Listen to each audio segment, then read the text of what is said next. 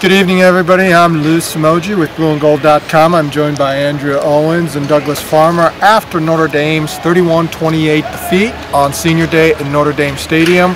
Third consecutive defeat for Notre Dame, first since Brian Kelly's initial season in 2010, and fourth in the last 5 games. Now, from my perspective, I had a curiosity about this game as to, was he losing the team?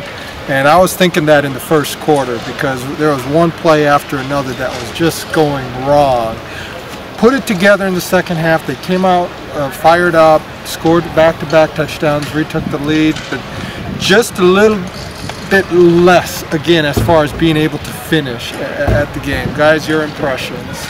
Well, you mentioned early in the game when they had those struggles, Louisville converted on a 3rd and 10, a 3rd and 14, and a 3rd and 16, all devastating, really, 3rd and longs, and they led 17-6. And if the team was going to quit, or if Kelly had lost them, you'd think it would have been there. But they battled back and get right to the end, where of course they have a field goal opportunity. They had 1st and goal also, where a touchdown would have given them the lead. But it's just the same old story where they couldn't make plays down the stretch. Andrew, I found it interesting. Those were Louisville's first 3 third downs, and they converted all no problem. And Lou, you're saying that the first quarter you thought maybe he had lost the team, going down 14-6 and then a costly turnover. In a way, the turning point, initial turning point was that they held him to a field goal there. It was 17-6, but you're still in the game instead of 21-6, and that was a sudden change defense we hadn't seen since Syracuse, the 4th week of the year. And that was the 8th time this year they've had a sudden change defensive situation where they turned it over in their own territory. On the previous 7, they gave up touchdowns. That one was a field goal, so that was a minor victory there. And then really they held up well for a couple quarters. The secondary played a little bit better. You still had missed tackles here and there, but there weren't the blown coverages. On Devontae Parker's touchdown, that was one of a handful of plays today where Cole Luke wasn't on Parker, and it was Devin Butler, and he beat him and scored the touchdown. Outstanding game for Cole Luke. Now, you tracked a list there of freshmen and sophomores who are in the lineup, and it's become a weekly thing now. Jerron Jones was knocked out earlier in the game. And Cody Riggs left in the first half. Cody Riggs had to leave, and I think at one point you had Austin Collinsworth on the field, and the other 10 were freshmen or sophomores. And by my count, it was 4 freshmen and 6 sophomores. That is such youth. At that point, when it was Collinsworth and 10 underclassmen, with Riggs re-aggravating the foot and Jones re-aggravating the ankles, Notre Dame had no choice whatsoever to rely on guys like Jay Hayes and Matuska. You needed to, and then obviously Devin Butler, who's still young, but boy, he shows it sometimes. He shows he can be a real player. Yeah. You can sometimes only say next man in so long. I mean, I'm thinking about the Mike linebacker position. That was supposed to be Jarrett Grace. Then it was Joe Schmidt. Then it was Niles Morgan. And at the end there, you had Greer Martini, the latter 2 both freshmen. You have to assume Greer Martini is going to get his first career start next week at USC, because Niles Morgan with the targeting injection will be suspended for the first half next week. And I'm going to say right now, a week in advance, I'm very curious to see who starts the second half against USC at that position.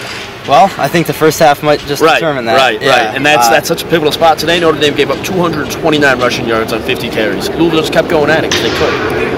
It could run the ball almost at will. Radcliffe was outstanding. Now the big question is, what do you have to play for out at USC? Is there just how much is left in the tank for this team when you keep coming up short like that? Now, do they react like in Lou Holtz's first year? They keep losing the close games and finally pull it out in the Coliseum. They did that in Brian Kelly's first year too, and they've played well there. But where do they go from here? Because they're not going to get much older.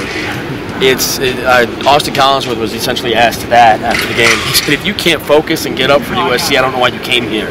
And that's nice to say and all, but it's a lot harder to actually do and execute during the week. Andrew, do you think they can focus on USC, or is it in a way it's not going to matter anymore? What bowl game they go to probably won't be determined by that game. Yeah, I think they certainly can. I mean, I don't think the issue with this team has been focus. It's been the X's and O's, the execution on game day, and I don't think that's going to change. Yeah, well, certainly attrition left and right. I think the focus will be there, and like Austin said, this team hasn't really had an issue with that, and I wouldn't expect them to now. When you look at last week when they lost and the Major Bowl was out, well, you could have the same argument about this game. I mean, there's Senior Day, but it was the same argument of, okay, now we're playing for a minor bowl, but I don't think focus will be an issue. Final drive, Notre Dame down to the 10-yard line there, 1st and 10. You control your own destiny. They had the quarterback draw, I think, drawn up on second down there where Golson has been very successful with that play. They had spread the field, but they got blown up there in the middle. That did not give him a chance to escape. Second and goal in the 9, if my memory serves me correctly, and Kelly said we got our butts kicked. I think that was a direct quote. That play never stood a chance, and then the third down, there was nobody open. It's frustrating to see 3 players from the 10-yard line or closer, and none of them really threatened scoring. With the exception of a couple drives at Arizona State where Cam McDaniel they had him on the goal line, it seems like this team goes out of its way to run any way except for giving it to a running back near the goal line. You see the jet sweeps today. It was the quarterback draw. So I know that's a frustrating aspect of things. They don't have the power game. That's not who they are. I'm not defending it or anything. That's just not in their DNA. That's not who they are. They don't line up and just pound it in. They did against Arizona State from the 1, but that was painfully, just to get those inches there like that. But who would have thought that the change of Hunter Smith at holder would have such an impact here? Yeah, I mean, it's really disappointing for Kyle Brinza, the magnificent career he's had, and now to end it, at least at home, with 2 sour tastes in his mouth, so to speak.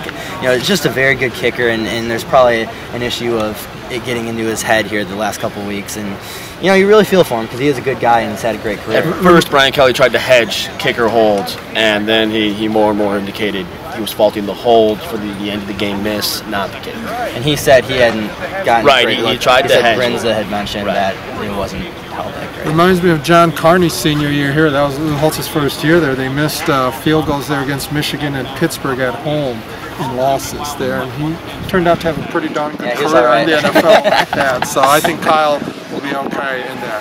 That'll do it for this week's review of Notre Dame Louisville. Join us again next week and USC.